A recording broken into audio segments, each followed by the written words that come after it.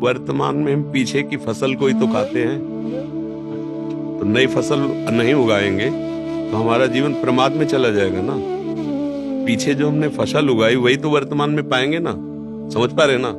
आज बोएंगे आज पालेंगे क्या?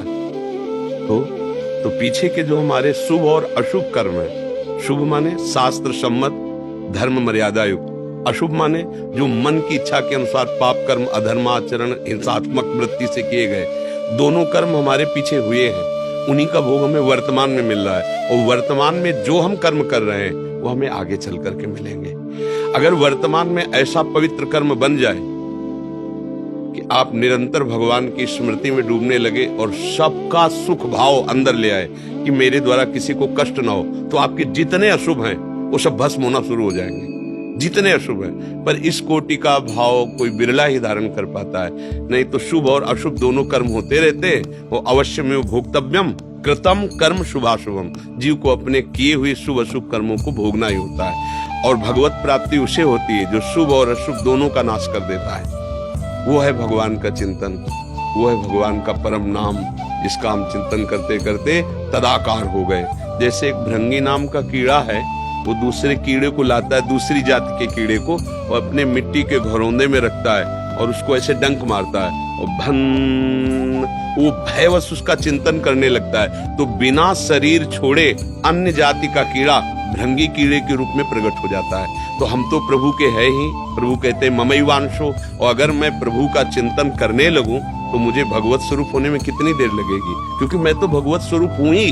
अपने स्वरूप को छोड़कर देह भाव से युक्त होकर इंद्रियों के भोगों में सुख ढूंढने की वजह से हमारे द्वारा पाप कर्म हो रहे हैं। जब हम इंद्रियों को भोगों में लगाते हैं तभी पाप कर्म होते हैं।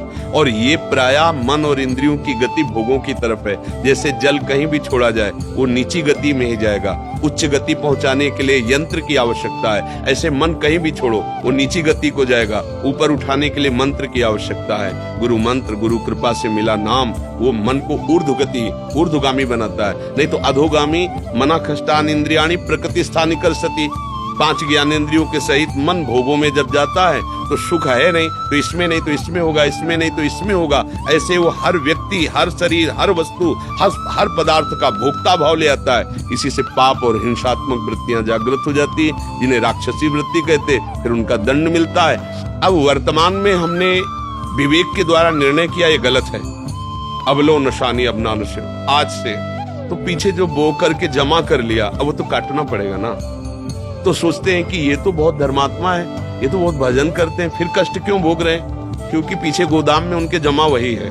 आज सुधरे हैं लेकिन पीछे जो कर्म किए उनको भोगना पड़ेगा। जैसे भीष्म जी सरसैया पर पड़े हुए हैं तो प्रभु से कहते हैं मैं बहुत जन्मों को देख रहा हूं कि ऐसा कोई पाप मेरे द्वारा नहीं हुआ जो 6 महीना बाणों की सैया पे। तो भगवान ने कहा 100 जन्म के ऊपर देखिए।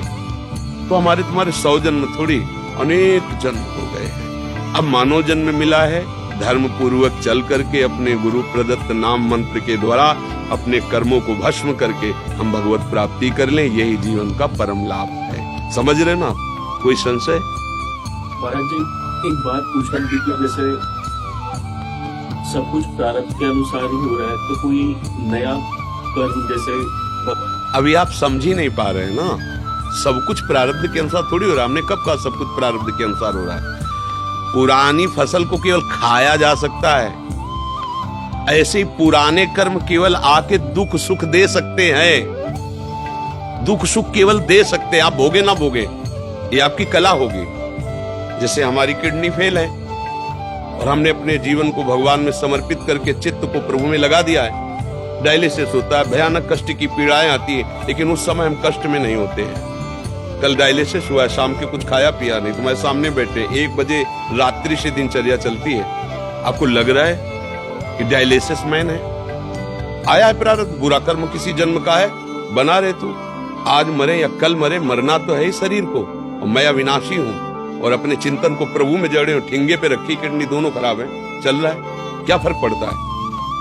अध्यात्म अगर बल नहीं है, विवेक नहीं है, तब तो शरीराभिमान के कारण भोगना ही पड़ेगा, मरना ही पड़ेगा। तो सुख दुख कर्म के अनुसार आएंगे। अब हमारा जो समय केवल सुख दुख भोगने के लिए थोड़ी है। हम नवीन कर्म करके ऐसी ऊंचाई पर बैठे जहां सांसारिक सुख दुख स्पर्श न कर पावे और हम परमानंद में निमग्न हो जाएं। ये पशु नहीं कर सकता, वो केवल प्रारब्ध के अनुसार चलेगा। हमारा मनुष्य जन्म है, हमें कर्म करने का अधिकार दिया गया है। ये केवल मनुष्यों में, देवताओं में भी नहीं है। इसलिए ये बात लेके बैठ जाना कि सब कुछ प्रारब्ध के अनुसार होगा, इसे मूर्खता कहते हैं, इसे प्रमाद कहते हैं। केवल मनुष्य शरीर में पुरुषार्थ है जो देवता को भी अधीन कर सकता है और देवताओं के देव भगवान को भी अधीन कर सकता है। सुमीर पवन सुत पावन नामू, अपने बस करी राखे रामू, भगवान को भी अधीन कर सकता है। तो फिर ये प्रमाद और पुरुषार्थहीनता की बात मनुष्य जन्म में नहीं कि मेरा क्या होगा। सबसे बड़ी स्थिति वो मेरे लिए बनाई गई है, भगवान के लिए नहीं बनाई गई। सबसे उच्च पद मेरे लिए बनाया गया। आप में केवल दृढ़ता होनी चाहिए। भगवान के बच्चे, मुझे जो प्राप्त करना होगा प्राप्त कर सकता हूँ, पर प्राप्त करने चले तब ना। हम तो छोटे छोटे खिलौनों में ही फिसल कर उसी में राजी हो गए, अधर्माचरण करने लगे, तो फिर कहां से हम प्राप्त कर पाएंगे। एक आर्मी में चलने के लिए कितना तैयार होता है, सुबह से दौड़ लगाता है, व्यायाम करता है, हर कोशिश करता है मैं देश सेवा, तो एक दिन वो चयन हो जाता है। आप देखिए ना, प्रयास किया तो लौकिक सफलता उसके चरण चूमती है। तो हम तो भगवान के अंश हैं, अगर हम सच्चिदानंद भगवान का प्रयास करें तो भगवान नहीं मिल जाएंगे। तो फिर पुरुषार्थ अगर नहीं है तो पशु और मनुष्य में कोई अंतर नहीं। प्रारब्ध कर्म का भोग केवल पशु करता है, मनुष्य बचा सकता है। जैसे हमारे पास बहुत सुख संपत्ति आई हमारे भाग्य से, हम उसे नहीं भोगेंगे, दूसरों की सेवा में लगाएंगे। जो दीन है, जो असमर्थ हैं, बीमार हैं, उनकी सेवा में लगाएंगे, पशु पक्षियों की सेवा में लगाएंगे, गरीब की बेटी के ब्याह में लगाएंगे। हमारा आया प्रारब्ध, लेकिन गया कहां? हाँ, अब हमारा मंगल कोई रोक नहीं सकता है। अब उसी को शराब पिएंगे, पैसा दे के विचार करेंगे, जुआ खेलेंगे, हत्या करवाएंगे, मनमानी आचरण करेंगे, तो नरक का द्वार खुला हुआ है। आपके आए हुए शुभ का परिणाम क्या हुआ? अशुभ। अच्छा, अब अशुभ आया, कोई कष्ट हुआ, कोई दुख हुआ, उसी समय हमने विचार किया मेरे किसी कर्म का फल है। नाथ कृपा करके मुझे ऐसी सामर्थ्य दो कि मैं इस दुख को भोगूं, पर अब कोई ऐसा कार्य ना हो जिससे आपको असंतुष्टता हो और किसी भी प्राणी को दुख पहुंचे। नाथ मुझे ऐसी सामर्थ्य दो। वो दुख भी सुख रूप बन जाएगा, दुख भी सुख रूप बन जाएगा, पक्का। हर दुख सुख रूप हो जाएगा, हर सूल फूल बन जाएगा। हम देखते हैं कि आज अपने में दृढ़ता की कमी है। अरे हम है कौन? बस विचार करना है। हमें पांच भौतिक शरीर नहीं है यार, भगवान के अंश हैं, अविनाशी हैं। ये शरीर बदलते रहेंगे, मेरा कोई फर्क नहीं पड़ने वाला। अगर ऐसा निश्चय करके चलो तो तुम्हारे जैसा कोई बलवान नहीं हो सकता। मृत्यु 100 बार नहीं आती, कायर रोज मरता है और वीर आदमी एक बार मरता है। और जिसने निश्चय कर लिया कि एक बार मरना है, वो पूरे सृष्टि को हिला सकता है, पूरी सृष्टि को, क्योंकि उसको मृत्यु का भय नहीं। एक बार मरना है, निश्चित है। जब मरना है तब निश्चित है। तो इसलिए निर्भय होकर छाती खोल करके हम देश सेवा में या धर्म में या भगवत मार्ग में, समाज सेवा में उतरे। हम लोग ऐसे हो गए हैं, भेड़ जैसे। क्यों हो गए? वासनाओं ने हमें तोड़ दिया। अध्यात्म बल है नहीं। एक छोटा सा विषय आता है, हम फिसल कर वहां चले जाते हैं, अपराध करने लगते हैं। अब कहाँ रह गया तेज, कहाँ रह गया उज्ज्वलता, कहाँ रह गई दृढ़ता? देखिए ना, हमारे देश प्रेमियों ने वंदे मातरम कह के फांसी पे झूल गए। छोटी मोटी बात है ये? क्या है? सर्व त्याग, प्राणों का त्याग देश के लिए। इनकी दृढ़ता, इनकी निष्ठा आज हम भी प्रणाम करते हैं। पूरा भारत उनको नमस्कार करता है, जो भी देशभक्त है। तो क्या हुआ?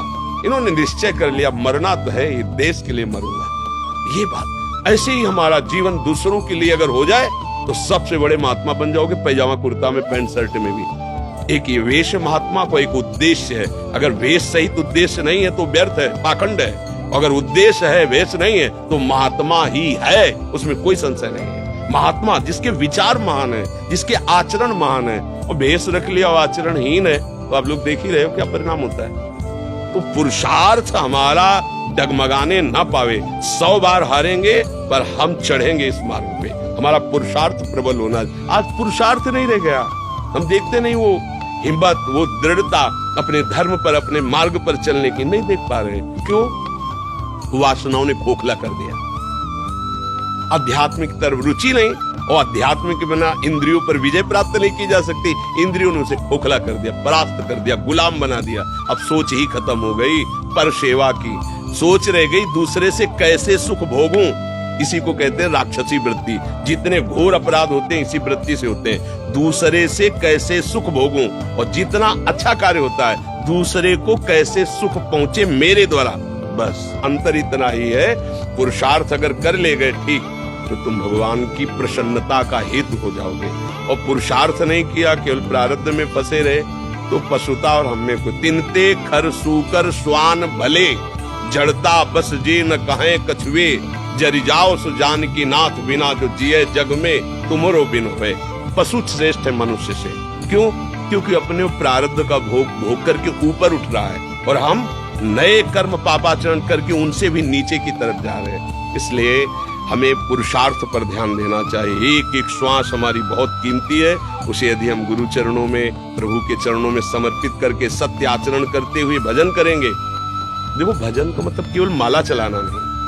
किसी भी प्राणी की तुमने रक्षा कर ली, किसी भी प्राणी को सुख पहुंचा दिया, तो उसमें बैठा हुआ भगवान प्रसन्न हो जाएगा। एक दिन एकनाथ जी महाराज बड़े संत हुए हैं, वो गंगोत्री से जल ला रहे थे रामेश्वर जी में चढ़ाने के लिए। बहुत से लोग उनके साथ थे। रामेश्वर जी थोड़ी दूर रह गए थे, तो एक देखा गधे को, वो तड़प रहा है मरणासन स्थिति में, जवान बाहर निकली हुई, मानो प्यासा है। उनको नहीं रह गया।